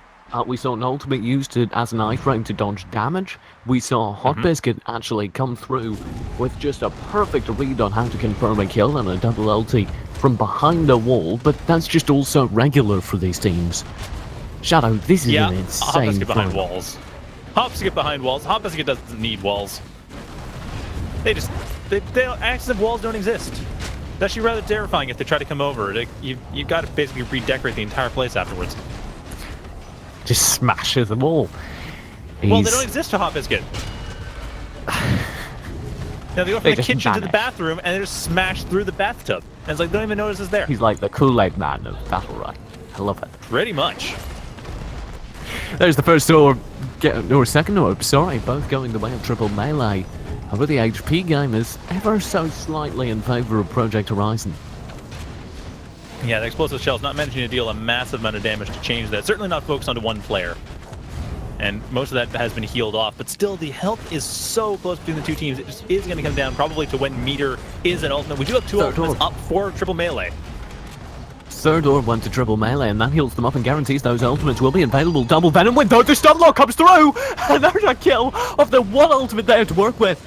And man, that was some insane coordination. Wuzak confirms the kill. There's a Grimoire in response, though that does drop decently low HP onto the healer Blanks, but the focus won't come through. And man, Project Horizon, they are so good at combos. It's just scary. Which is saying something considering both teams are really good at combos. We aren't seeing as many in the last couple of rounds coming out of the triple melee team, but mostly I think it's just that Project Horizon is staying a bit more careful. They are keeping themselves a bit out of position, and I feel like triple melee is starting to get a little bit too forward. We're seeing occasionally one person will go a bit forward, and it's not like Project Horizon can't take advantage of this just as well as triple melee does. It's just triple melee is a bit more focused on those punishes. I mean, it's a bit more obvious with them. Just to recap, 213 had a grand total of half his HP, and he got Venom Wind into a Flame Strike, which was punished with a Croak Deceit stun, and then he was dead. He literally had no say in the matter last round, and BO4 is in a very similar situation this round, already chunked down to about half his HP. This is just frustratingly lethal combos. Yeah, the thing is, anytime they get out of position, like last round, 2-1-3 was a little bit too far north of their team, and this round, BO3 was also a little bit too far east of their team at that point. And Wuzak with the ultimate on top of Hoppus gets ultimate, Hoppus gets thrown it out and getting a lot of damage. The Venom Wind, at least that one gets escaped. 2-3 does survive, but man, it's close. Shielded through the vast majority of it. The first kill yet again. There's a ton of focus onto 2-1-3 now. There might be a cross kill on Hot Biscuit. Will fall. Time travel would be a stun if it can land, but the other side from BO4 will protect it. And we're into a 2v2. Wuzak diving is the DPS for his side, but he can't land anything. He's not too pleased with the results. Deceit will land him an in-cap, followed by a stun. He can't steal the orb, though, and Jelty will be able to displace backwards. The panic lands off the Soul Rift. That should be a kill onto Wuzak here.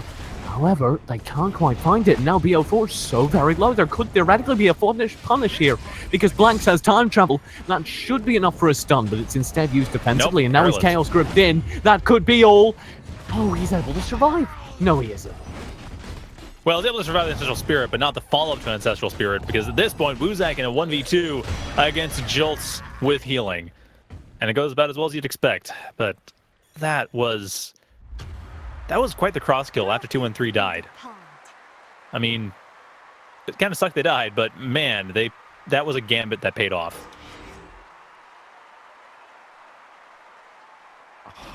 So now we're on map point. Yeah, map point for triple melee. Project Horizon put up a valiant effort in the last few rounds, but now behind, and Hot Biscuit was the cross kill that did that for him, and you can see him receiving a little bit of focus early on in this round. Wuzak also, however, neither will take significant damage. Instead, Jolty, the focus attempter, will be eating a fair amount of it, and Wuzak's diving onto BO4 in the backlines as well, both taking significant damage. Yeah, at this point, most of the outs have been spent for most teams. I think they each have like one out each. So a lot of damage is coming in, especially to Blanks, as Blanks now using the Shifting Sands, and there's the Grimoire to take advantage of that. Nicely done! Oh. Just the mindfulness on the escapes, what's been used up was exactly perfect. Yeah, that was just an instant kill. There was nothing that could be done, and now it's a 2v3 for the map, and it will be Wuzak and Hot Biscuit needing to secure this. We do have an ultimate on Hot Biscuit. Maybe he can get something going. He doesn't have a low HP on 2-1-3, but he's just being chunked down. Half his HP gone. There's the ultimate tearing through it. Will get one exactly. 2-1-3, the low HP member. He needs to be shut down for the cross kill, for the hope in the map. And it will not happen. And even the first stick of the ultimate. Death. Wow. Ouch. The first stick of the ultimate killing Wuzak. That's map one! Map one! Singular! Out of 3! Well, out of 2, depending on how the next one goes. Like 2 or 3. But yeah, holy crap. That was 5-3, commanding lead except for a couple rounds coming out from triple melee. And that last round, I mean, that was... I just love the attention that was being paid to what had been used. Like the Shifting Sands bait into the Grimoire, into the Ancestral Spirit, basically melting Blanks from 100 to nothing within a few seconds. Yeah, that was such a consistent theme. The top level of BattleRight right now is about those planned setups, those executes. Yeah, like making sure your opponent can't get out of it. Yeah. And just going, all right, we're going to combine this Venom Wind into a Flame Strike into a stun, and that's a combo we can consistently pull off. And if we can consistently pull it off, we will get the kills. And that's so scary when you see it done. And we're already into map 2 Shadows, so briefly, Blackstone Knight and map 2, any comp changes as a result of either. Blackstone Knight. Well, Hot Biscuit will be fine here. Hot Biscuit should have a field though. I think BO4 is going to have a problem. Like, BO4 is going to be especially vulnerable because of the pockets. They have no easy way out of it. They can other side their way out, essentially, through the opposing team, but they have no easy way of just getting over the walls. Pretty much everybody else does. I don't know why I pointed out Hot Biscuit in particular, but yeah, I guess because I did point out the walls earlier, and their contempt for them. Kool-Aid man. I have to say, if I had to pick a team to favor off on this map, I would say Project Horizon. Because they should be able to bunch up triple melee and land those AoE stun lock combos they love so much. Yeah, if they get triple melee into one of the pockets, and then set the Venom Wind into the Infernal Scorch or time travel into both. But at the same time, Grimoire could have the same effect. Grimoire and Ancestral Spirit could work the same way. It'll be a bit harder to lock in Project Horizon into a corner, but if that happens, and as it already kind of is, we could see that setup. Oh, look at the chunks of damage already going through onto Wuzak. It's a very ugly opening. Joltsy will be able to blow Wuzak out of the water and follow through with a nice Chaos Grip to scare him off further. However, 2 and 3's taking almost even damage. I'd say actually worse up top from Hot Biscuit. Or reset health to nuggets at neutral least. now. Still though, Wuzak does take a lot of damage. 2 and 3 is not actually even anymore. Like they're holding it well. The orb now being taken, the Venom Wind coming through as well. Infernal Scorch, there's the combo, but it's not where we expected it to be. Time travel used to get the stun lock theoretically onto BO4. He will be able to break it with another side. Now 2 and 3's the low HP member that should be focused, but Wuzak on the other side is eating some damage from Joltsy. And 2 on 3, there's the kill confirmed. Wuzak the first to fall. And it will be now back to Hot Biscuit as the primary damage dealer, chasing down 2 on 3, and that's the only hope for a cross kill really, because Blanks has just used his EX in an attempt to stay alive here as Joltsy tears him off. That will be the ultimate coming through. Infernal Scorch from Hot Biscuit drops 2 and 3 perilously low, but they cannot confirm this kill. Now they're running out of a lot of meter as well. BO4 is just about to get an ultimate, but we've seen 2 and 3 use a bunch of their meter for smoke veils, and then at this point Jolts was already pretty low on meter to begin with. They should be high enough pretty soon, but at the very least, it's 3v1. Oh yeah, they burned meter on the lifesteal. That's what it was. They were trying to. The Siphon Life was used to try to get around a time bender or a potential time bender on Blanks. So yeah, not having the ultimates did slow that down quite a bit. But hey, triple melee still took it. And we talked about it. We said the map favours Project Horizon Shadow. Do you still think that? Well, that opener, Project Horizon went into one of the pockets and didn't try to escape out of it. They didn't have to, and it's just they didn't push their opponents into one of the pockets. And I don't know if that's going to happen because Project Horizon, as a rule, plays a little bit outside of center, which on this map does mean they could fall in one of the pockets if they're going southwest, rather than going just straight west. Project Horizon don't really secure center control the way many teams do. That's always been kind of a unique function of their style. And it may come to be their undoing here. Possibly. At this point, it's certainly looking to be, although Wuzak, once again with his orb steal, my goodness. That pretty much seems to be their gambit. Like, get out of position, take a safe spot, and then when the orb is almost dead, Wuzak frog leaps in and takes it. But at this point, Wuzak... Watch Hot Biscuit's ultimate coming through here, because he's got it, and he's got some low HP members on the other side against whom this ultimate could be lethal. He gets 2, BO4 and Joltsy both get hit with it. The Venom Wind follow through will land onto both its targets. BO4 dropped incredibly low. Wuzak did trade some HP against Joltsy in that fight, but again, against the damage they dealt, that's completely worth it. Yeah, there's nothing to stop range attacks, though, so 2 and 3 and Jolts could get a huge amount of damage if they manage to hit a few shots in, but unfortunately for them, they've also used most of their main damaging attacks. Still, managing to get the orb and nothing could block them. No Chrono Fluxes or Flame Walls available at that point. Now Joltsy and BO4 are looking for a way to get on in here, and they do have BO4 with the Ancestral Spirit. That'll drop fairly deep into the back lines, but don't chase anything. Other side from BO4 will dodge the Croak damage as well. Hot Biscuit down bottom needs to be the threat here, and he just can't quite find the damage. This orb will be secured by Project Horizon. Quicksand. That's huge. That Quicksand to secure the orb, because, I mean, that's one of those things. If BO4 was playing 2 patches ago, they would have gotten that orb just for the amount of damage they could deal, for the speed they could deal damage that they no longer can. I don't think that's why that happened, but just pointing out, that's the change that was made. BO4 falls to Wuzak. Very aggressive play in the backlines now. The Venom Wind will dodge the Grimoire. Number 2 and 3 should fall afterwards because of his low HP. Hot Biscuit's got an ultimate to punish, and he's chasing as best he can. There's the ultimate landing. The kill will be confirmed. No! Explosive Shell save him almost. 2 and 3. Almost, but not enough. The sands of time finished off 2 and 3 before they could kill Wuzak. Now we're tied up 1-1. It gets so very close, but I do think the map was relevant that time.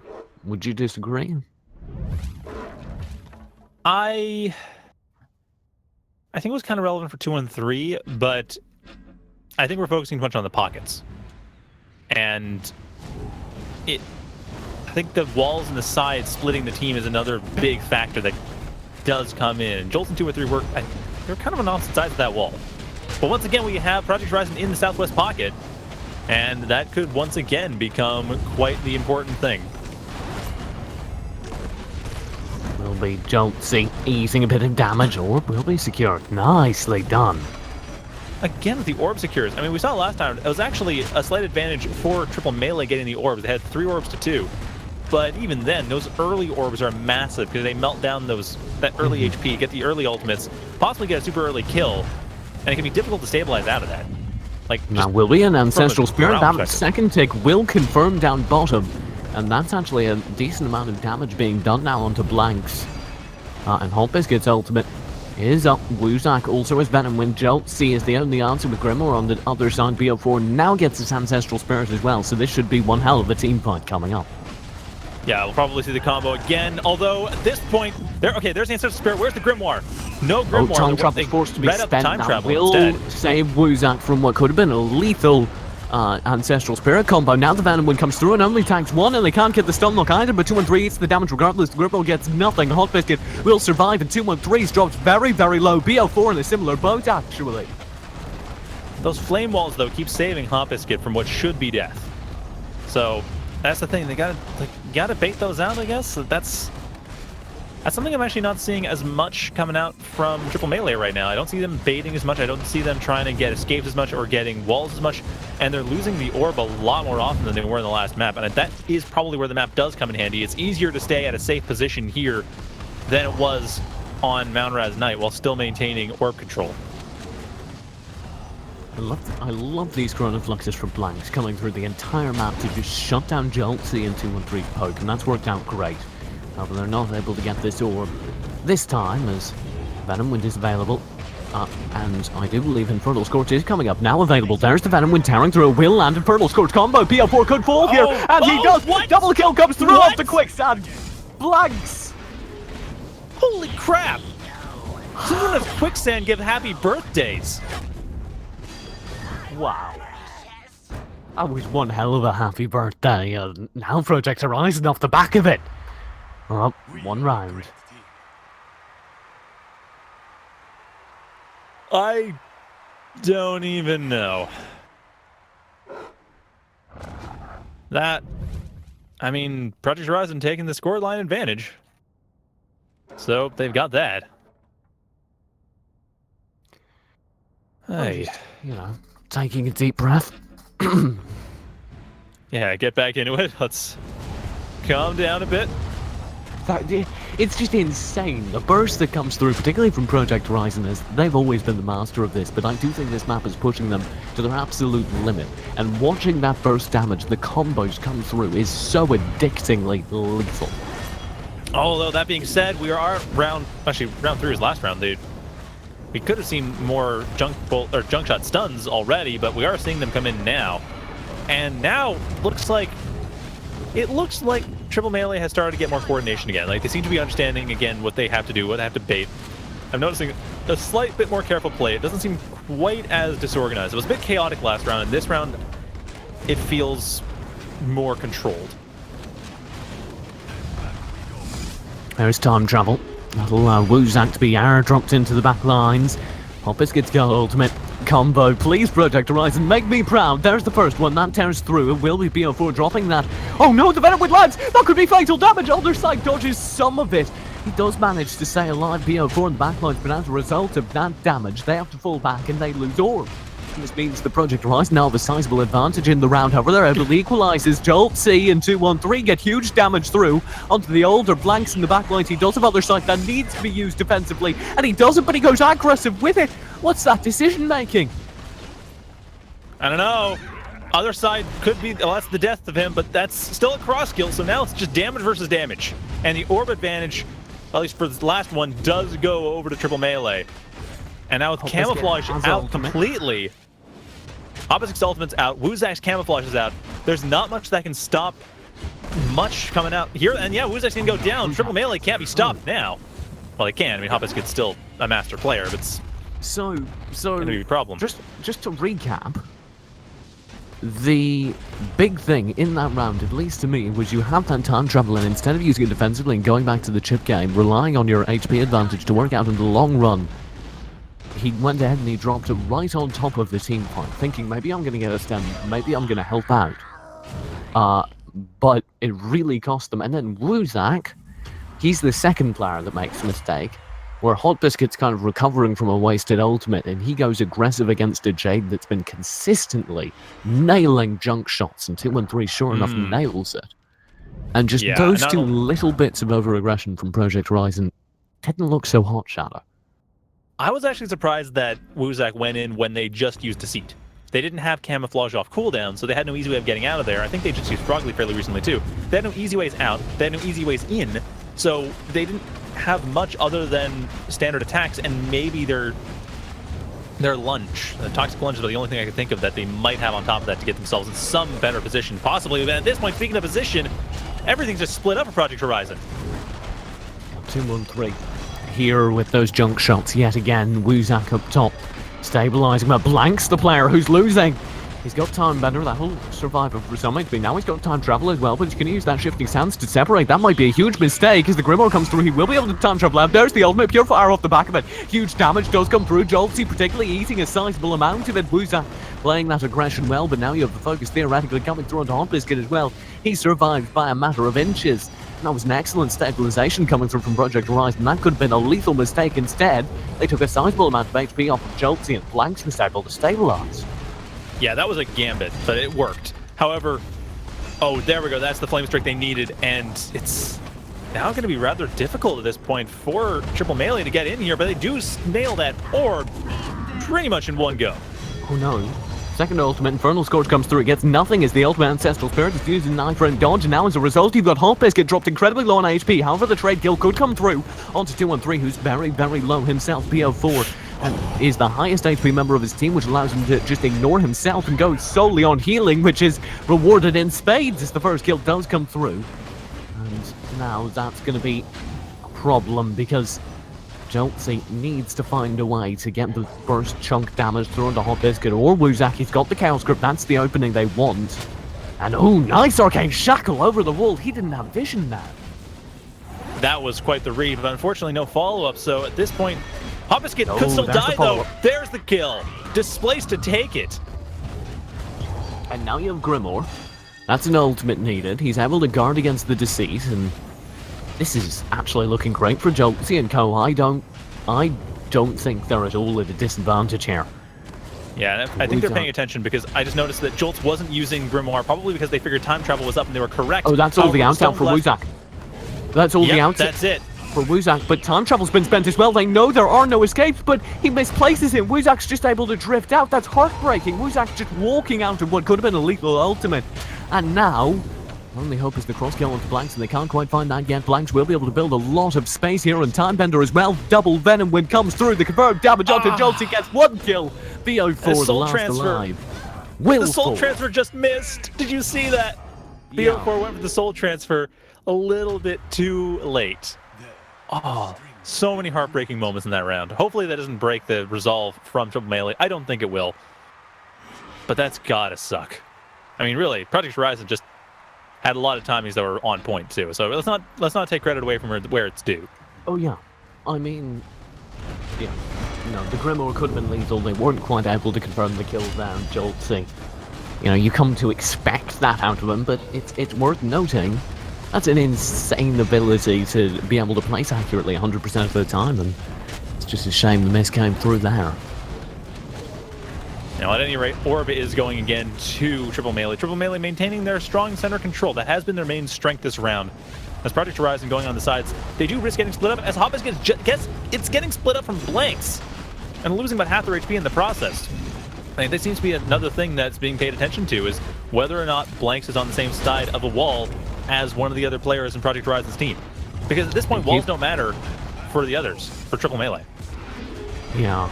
And look at the damage onto Wuzak as he gets a little bit aggressive there, but Blanks is playing a little bit more defensively. Now he'll be caught out temporarily, but be able to reconvene as he uses the Tan Bender to shifting stance. And that's what we were kind of asking for, a little bit more unity with the healer, and it's worked out. And there's an Ice Orb steal, actually. Now you have the double ultimate available. Venom Wind and Infernal Scourge, the lethal combo. There they both go. Venom Wind doesn't get anything, but the Infernal Scourge does exactly what it wants to. That will be 2-1-3 on fairly low HP. And that could be it as the shield is fading. There's the time travel. There's the stun onto BO4. He might even be the first to fall. There's one kill coming through. That's 2-1-3 now. BO4 survives for a moment, but Hot Biscuit confirms the second kill. And now Joltsy with the ultimate needs to drop it onto Wuzak. He might have gotten a kill there, but no, the Noxic lunge got up just in time. And unfortunately, Joltsy's got one hell of a challenge here. Yeah, they don't get this as map point. And that happens, of course. They have to win everything from this point on if they want to just take this tournament 2-0.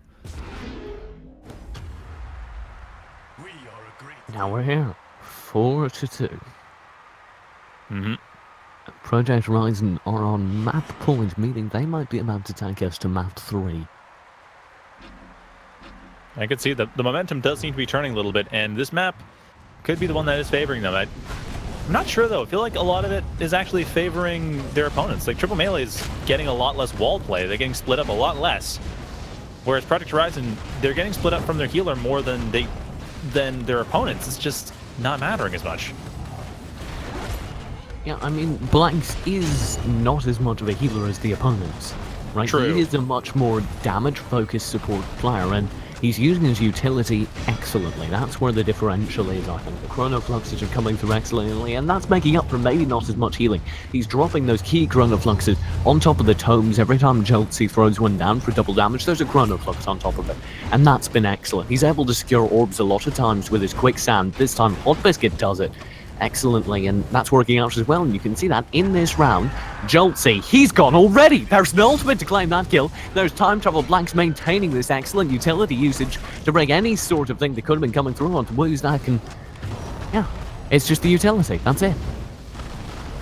Yeah, and there's no easy way to get through this either with what's being played so far, but at least the orb is going over to Triple Melee, but again, that cross kill is still proving to be slightly out of their reach. And the Chrono Flux again. So many times it's come up. I mean, last round, 2-1-3 almost confirmed their own kill because of a Chrono Flux. Just watch those Chrono Fluxes, because they are insane tonight from Blanks. Yeah, it's just blocking everything. Just Blanks knows exactly when things are going to come out. Knows when the wolves are going to come out. Knows when the tome's going to... Well, the tome's obvious, but knows when the snipe's going to come out. Like, just knows, oh, stuff's going to come out. I'll hold on to it, and then bam, throws it out there. I guess snipe's not that impressive, but Wolf is impressive. Wolf is fast enough that you pretty much have to react to it. And Shano, yeah, we're going on to map map 3. We're going to map 3. The final map of tonight's ESL Go4Battlerite. 150 euros on the line, as well as points towards the monthly finals. Oh, I'm just... wow. This has been an insane match so far. And we are now, at long last, at the very, very end of it. And I don't think we've had a better finals to any tournament recently. I don't think that's happened. Intolerant versus Project Horizon a couple weeks ago was close, though. And that was Jolts as well. So Jolts with Project Horizon makes it for some even finals. Yeah. And let's briefly talk about the map as well. Because I do think a decent portion of that last map, Blackstone Night, did help out Project Horizon. Now we're on Blackstone Day. That, of course, changes around the nature of the pockets a little bit. Do you think that makes a sizable difference? I would have, but there's a composition change. 2-3 switching over to Rygon, going for the Iska play. What? And that's... See, what I was gonna say, Wuzak can really use those walls in Blackstone Arena Day and get around, and that's what Project Horizon tends to do, is they tend to sneak around the walls in this map. And we could see Jay do that as well, but with Rygon, we'll probably see the 1v2 setup with Rygon, while Wuzak or Hot Biscuit is the focus of BO4 and Jolts. I think that's what's happening. I'm a little bit terrified right now. 2-1-3. I called him kind of a melee specialist at the beginning of this. I think I'll stick to that. Yep. Now he's pulling out the melee. And this is, Yep. I think, the perfect answer. Because Wuzak is going to have a rough time versus a Rygon. Hot Biscuit is going to have a rough time versus Rygon's parry. This is an excellent composition adaptation. Yeah, the one thing, of course, is that 2-1-3 has been playing Jay for the last couple rounds, so it might be a bit of a shift. Like, Yeah, on paper, fine. I should say. Yeah. So I'm curious to see how they're going to shift back from that. Doesn't look like anything too notable so far. They are just getting what they can. The parry, nice parry coming in there too. Getting what they can. Most of the damage is split up. Closing the distance, lightning fast. Hot Biscuit takes a sizable percentage of damage here, and this is the power of a Rygon. He's just getting aggressive and forcing disruption. Now you can see the split up coming through blanks very far away from Wuzak and Hot Biscuit as Wuzak tries to collect with Hot Biscuit here. And now Ultimate's up for him. He will throw out that Venom Wind, but there's the Rygon Tiger Slash as a counter, and it does get some damage on the Hot Biscuit, and more importantly, enforce that separation for a while longer. Is this working though? Well, in terms of health advantage, yeah, although it could have been evened out right there. The Infernal Scorch doing a good job evening out the health, but even then, the entire team is split up, and Jolt's able to get the orb no problem. Hot Biscuit is so out of position. Wuzak's out of position. Blank can't heal their team at all. Like, we aren't seeing a lot of damage dealt, but any damage that does get dealt is pretty much permanent damage. BO4 will be able to provide the healing from the bottom here. There's a nice little Ancestral Spirit that will be kind of defensive, but the orb actually goes in favor of Project Horizon yet again. And there's some very aggressive Rygon play to try and counter it out, but Wuzak's playing excellently. There's the Stunlock combo. Joltsy takes a nice chunk of DPS. Yeah, but this is not... The damage is nowhere near as fast as it was the last round, and it's... I'm not sure how that's working out, though. Like, it seems to be working out all right, but it's... I'm curious if that's going to manage to last, because, of course, the longer this takes, the more time that Project Horizon has to adapt. And granted, we are at 5 rounds, but the fact is this is nowhere near as much pressure as the last composition. Oh, but 2-1-3, he's caught Wuzak out. There's the punish through as Joltsy chases. It will be a time travel to finally break it up. Hot Biscuit's ultimate needs to come through now here to break up the damage coming through, and he lands at Joltsy. Eats sizable damage. That'll force a bit of peel, but 2-1-3 secure of the orb puts everyone in jeopardy over on the Project Horizon side as Hot Biscuit's very, very low on HP. He was counting on that orb, and he goes down. BO4 actually confirming that damage. Wuzak in the meantime has 16 HP total. Make that 4 HP total. Make that Joltsy 0. We'll be able to catch that. And wow, Project Horizon. I said the Rygon adaptation was the right call, and I'm sticking to it. I understand it. Yeah, that certainly helped that round, but I don't know. We'll see in round 3 or 4, because the thing is, I've noticed with this whole setup, with the not just the Rygon use, but that's general highly aggressive setup that's gone for. Project Horizon sometimes takes a round or two to download their opponents.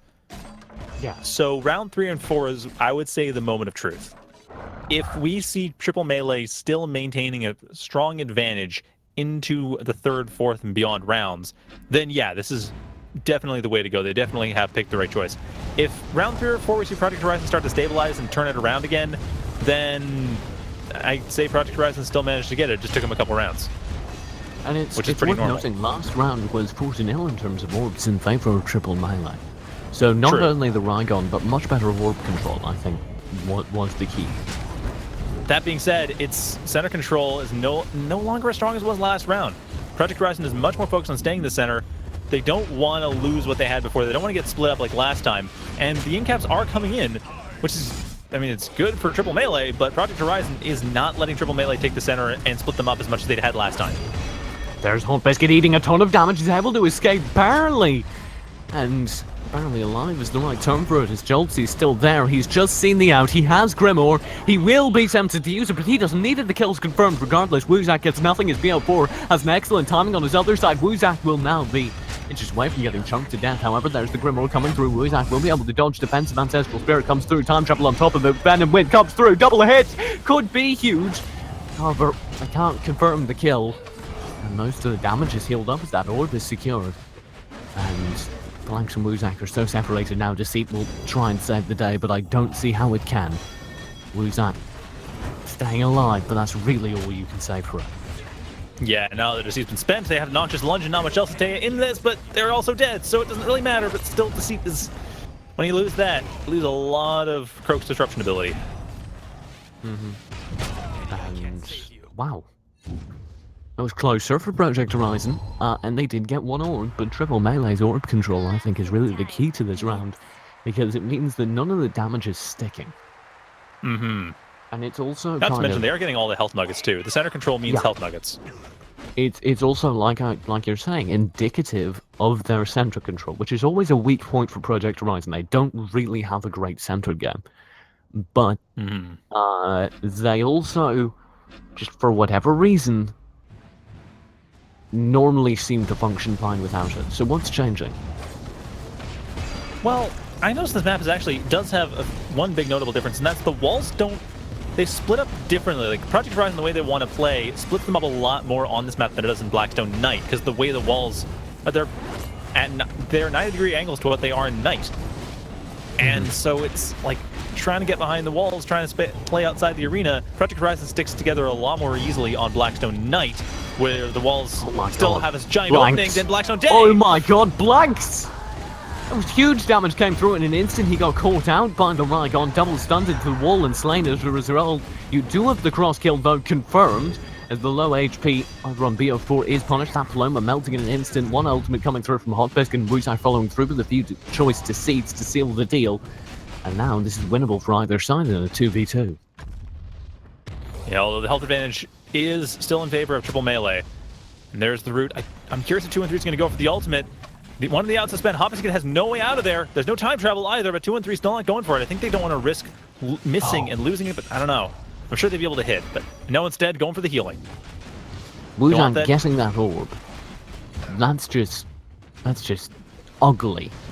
And now Hotbisk gets under arcane fire. That'll go right through his firewall and confirm the kill. Jolty, an excellent bit of decision making there, and that'll win him the round. Yeah, that Siphon life. Jolty with those Siphon lives. It's just that... I mean, it gets past all the shields. That's the only way that Esmo can do that, other than Arcane Shackles, but the only really damaging way Esmo can do that. And it's not quite Eye of a Flamethrower level, but it's still pretty painful to deal with. It does cost 50 meter, though, so that's one thing to bear in mind. Yeah, you're right. Though it also heals the Esmo, so... Yeah, dealing with that is just a matter of staying out of the way, and Hotbisk had already used up their escapes. It's just an excellent little bit of decision making to go, I know he's going to pop this firewall, so I'm going to instantly have my Siphon life, which goes past it. That's just so nice.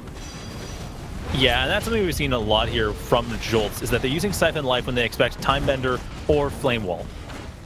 They know that those things come up, they know that those things stuff them, so they just don't bother when they need to go for those kills.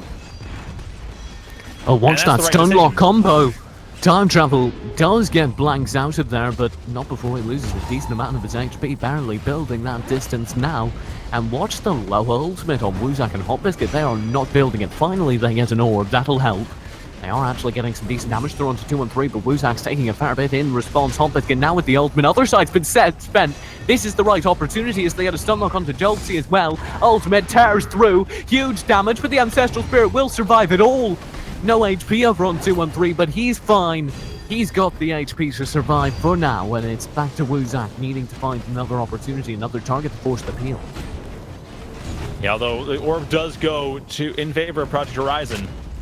Wuzak's almost dead, though. But so is 2-3, and the thing with 2-3 is that I'm surprised they're still alive, honestly. I'd expected they'd have died by now.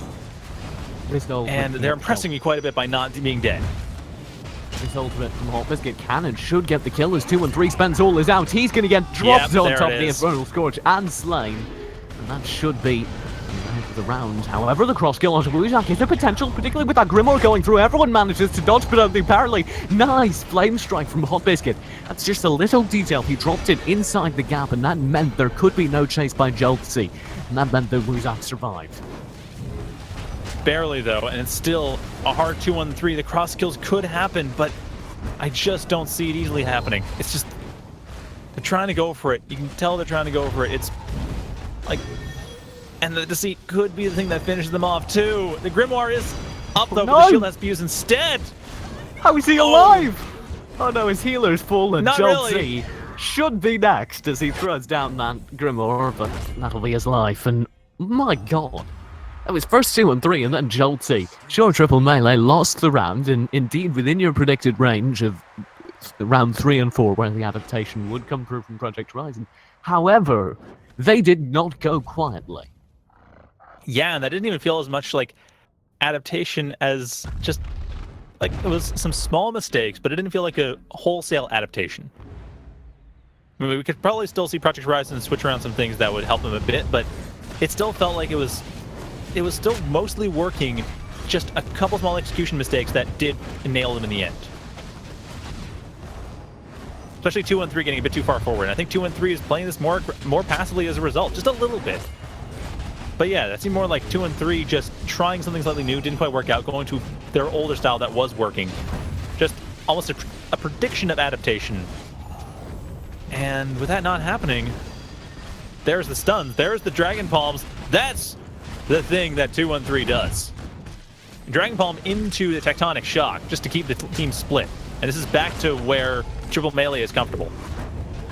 And now there's the defensive Ancestral Spirit in cap will come through, but Ancestral Spirit being dropped means that Orb will be secure in favor of Triple Melee.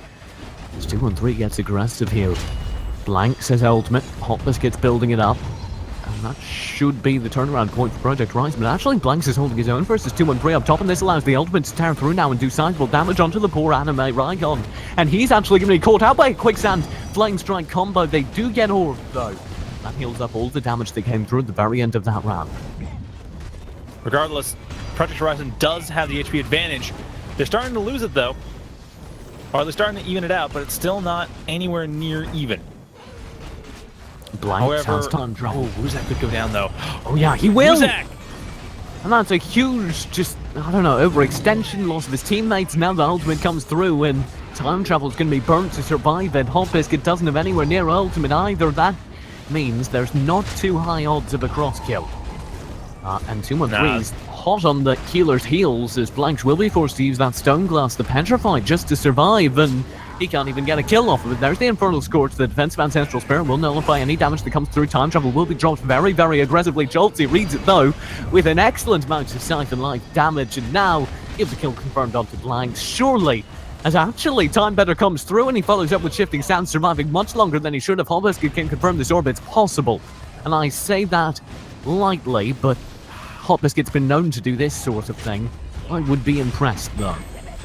Well, their one chance is right now, and there it is. Hits one thanks to the other side, and it's not nearly enough. BO4's other side on reaction, perfectly done there. What do you mean? I mean, that's one thing about BO4. We were talking about Freya and Rukan and such. The main strength I've always found with BO4 is their knowledge of when to shield and when to otherwise counter. Like, knowing when to use their counters as Freya is the thing that allows them to survive 3v1s frequently. And we're seeing a similar thing with their other sides. Now though, we are at tournament point. Triple Melee 1 round away from walking away with the tournament and €150 prize money. And Wuzak's actually putting up a fight here as he gets decent damage onto Jolty. The trade is 2 and 3 onto Blanks and the Hot Biscuit, and he's doing an excellent job of it, but Wuzak's doing his job. He's managed to cause the disruption that they've been missing these last few rounds. Now though, pulled in, there's a tome, there's huge chunking damage, and there's the parry, surely coming through on the recast. It's not needed. Instead, Wuzak just crumbles. Blanks tries to provide the disruption, but he's nowhere near, and in the meantime, Hot Biscuit's just been completely cancelled out of the action by an excellent stun, and that might be it right there. I think it is. The health advantage is so commandingly in Triple Melee's lead, and there's no ultimates coming out from Project Horizon. Hot Biscuit's close, as is Blanks, but they're only at 75 meter. They're nowhere near what they need to be. And now, 2 and 3 will be able to get his double Dragon Palm stun. The Flame Strike on defense does work. Now Infernal Scourge will be here, but he misses everything, and that's lethal. Wuzak doesn't even manage to get Orb. 2 and 3's chasing. He has his own ultimate, and I'm sure he'd quite like to drop it as the first kill is guaranteed. Wuzak falls. There's the ultimate. Tiger Slash doesn't land. Hot Biscuit burns it out to survive it, which means he's now got 3 people on his back. Jolty with the cut-off. That might be all that's needed as separation is built. And Blanks Well- can't quite be here. They need this orb and they don't get it. No, and the split up between Blanks and Hot Biscuit, of course, meaning permanent damage on Hot Biscuit, as everything happening here cannot be healed. Hot Biscuit with the Flame Wall to save themselves, but it's not enough. Nicely done with the Spear Rift just to close that out. And Blanks Divine to the end. I don't know what really they have going for them. They're going to get a time 1v3. travel and just try it. They're going to go for the time travel. 1v3 for the tournament. There's the time travel. That does dodge the ultimate, but of course, the Sloth Balls and Triple Melee come through. New team, new roster, new composition, and terrifying results. Yep. That is what Jolts is up to. Like, Jolts 213 and BO4 being an absolute terror on the battlefield. I knew they would be scary, but I didn't expect 5-1 in map 3. I mean, it's still map 3, but like 5-3, Blackstone Arena Night was the only time that Project Horizon seemed to have a chance, and then the switch to Rygon just solidified it. Wow. We were sitting here in the pre-game, in the pre-tournament. We're just sitting here looking through teams, trying to decide who we'd watch. And we looked at the Triple Melee roster and we said, that's a terrifying looking team. Yeah. Just So to, we watched Functional Sociopaths instead. Yeah, because we thought, they're going to squish. Well, they did. My God. That is... You know what I need now? Please, if anyone on Triple Melee is watching this, enter PRL. Because... Oh, hell yeah. Triple Melee versus... Onslaught. That would be Holy insane. crap. That would be insane. And I do need a little bit of that in my life. So please, Triple Melee, if you're watching this, enter the PRL tournament. Worst case, you might get a second place chunk or a third place chunk of that $300 prize pool. It's not the worst thing in the world. Either way, though, this has been ESL number 24. The grand final is over, and of course Triple Melee did walk away with €150 prize pool. That'll be all for tonight. Thank you very much for watching here on twitch.tv/BattleRight as we continue to broadcast a wide variety of wonderful BattleRight tournaments. Don't be afraid to go and follow the stream just to stay updated on all the information and all the broadcasts we do. But thank you for spending your early morning or evening with us, and I hope you have a great rest of your day or rest of your night.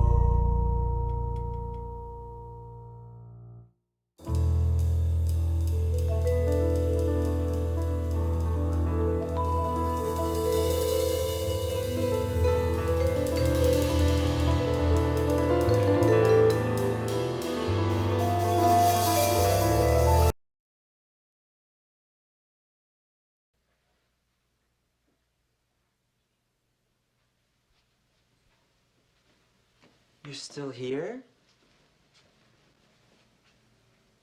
It's over. Go home.